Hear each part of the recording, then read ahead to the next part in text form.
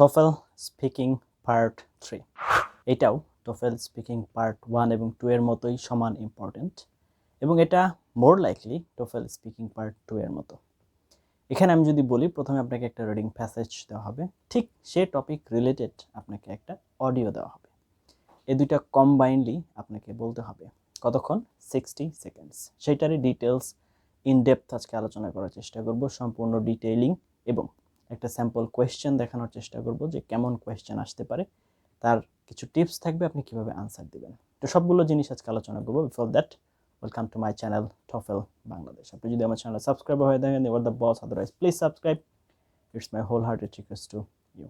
আপনি যদি TOEFL mock test দিয়ে নিজেকে যাচাই করতে চান, you can contact with me. আমার সাথে কন্ট্যাক্টের ডিটেলস আপনি ভিডিও কমেন্টে পিন করা অবস্থায় পেয়ে যাবেন। আর আপনি যদি 24/7 আমার সাথে কানেক্টেড থেকে TOEFL প্রিপারেশন নিতে চান, you can like my Facebook page and join my Facebook group. সেগুলো লিঙ্ক ভিডিও ডেসক্রিপশনে দেওয়া আছে। মাথায় রাখবেন, TOEFL স্পিকিং এমন একটা পার্ট যেখানে মার্ক তোলার জায়গা।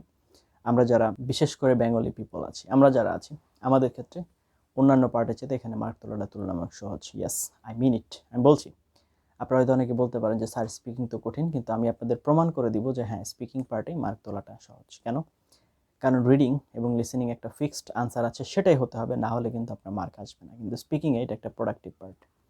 আমি আমার মতো করে উত্তর দিতে পারি, আপনি আপনার মতো করে উত্তর দিতে পারেন, আলাদা আলাদা শব্দ, আলাদা আলাদা সেন্টেন্স দিয়ে, কিন্তু টপিক যদি ঠিক থাকে তাহলে কিন্তু আমরা মার্ক পাবো।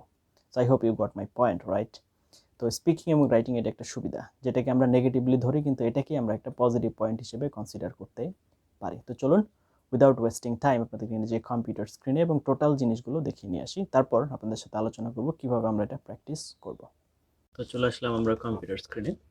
You are doing great so far. You have already read about TOEFL speaking questions 1 and 2. যেহেতু আপনি থার্ড পার্টে এসে পড়েছেন, তার মানে 1 এবং 2 সম্পর্কে অলরেডি আপনি জেনে ফেলেছেন। Time to talk about TOEFL speaking question 3. TOEFL speaking question 3 consists of both a reading passage and a recorded lecture.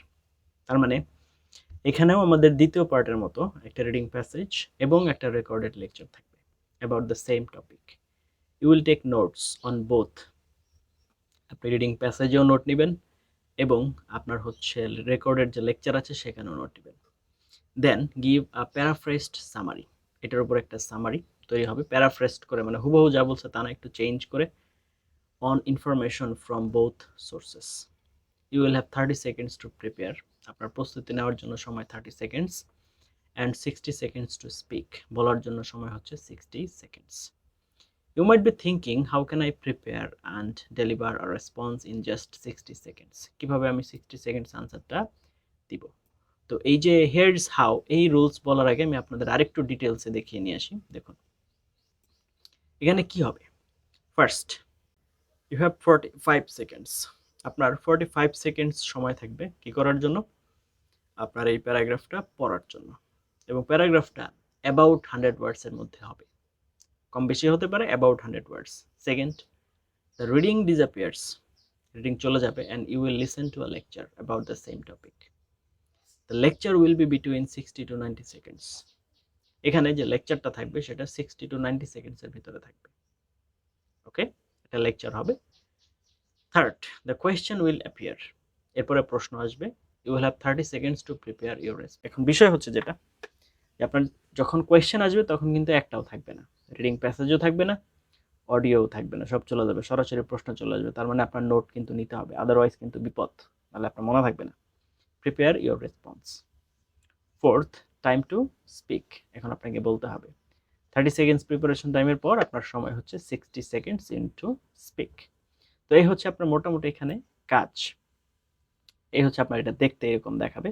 দেখুন আপনার রিডিং প্যাসেজ, তারপর হচ্ছে অডিও যেভাবে আসবে, তারপরে হচ্ছে আপনার একটা বলতে হবে আর কি। তো এই হচ্ছে আপনার রিডিং প্যাসেজ। যেমন এখানে দিয়েছে কম্প্যাশনেট কনজিউমারিজম। ওকে, তো আপনার এই রিডিং প্যাসেজ বোঝার জন্য ইম্পর্টেন্ট, খুবই ইম্পর্টেন্ট হচ্ছে এই যে আপনার ছোট প্যাসেজটা থাকবে, তার টাইটেলটা খুবই গুরুত্বপূর্ণ। ঠিক আছে, এটা কি নিয়ে? Compassionate consumerism. তার মানে এখানে হচ্ছে আপনার কম্প্যাশনেট যে কনজিউমারিজম, যে কেনা, ক্রেতাটা কিনছে, এটা হচ্ছে আপনার এটা বোঝাচ্ছে। Compassionate consumerism is a relatively new trend in the American retail market. In this type of consumerism, when individuals make a purchase, a portion of the money they pay is allocated to a charitable cause. এটার একটা অংশ আপনার হচ্ছে দানের ক্ষেত্রে চলে যায় আর কি, সামাজিক কাজে চলে যায়। Nowadays individuals often look for ways to contribute to the betterment of humanity, but they don't always have the financial resources to do so. Okay, compassionate consumerism appears to be a good middle ground, while critics feel that it's only a marketing play aimed to appealing to people in their 20s and 30s. Others applaud the effort. They argue that it is desirable for companies to sacrifice profits in order to help those in need. তো এখন আশা করি আপনারা বুঝতে পেরেছেন যে compassionate কনজিউমারিজমটা আসলে কি। তো এটার উপরে ভিত্তি করে আপনার এখানে আলোচনা হচ্ছে। আপনার এখানে যে লেকচারটা থাকবে সেটাও এই রিলেটেডই থাকবে। এবার আমরা একটু টিপসটা দেখি।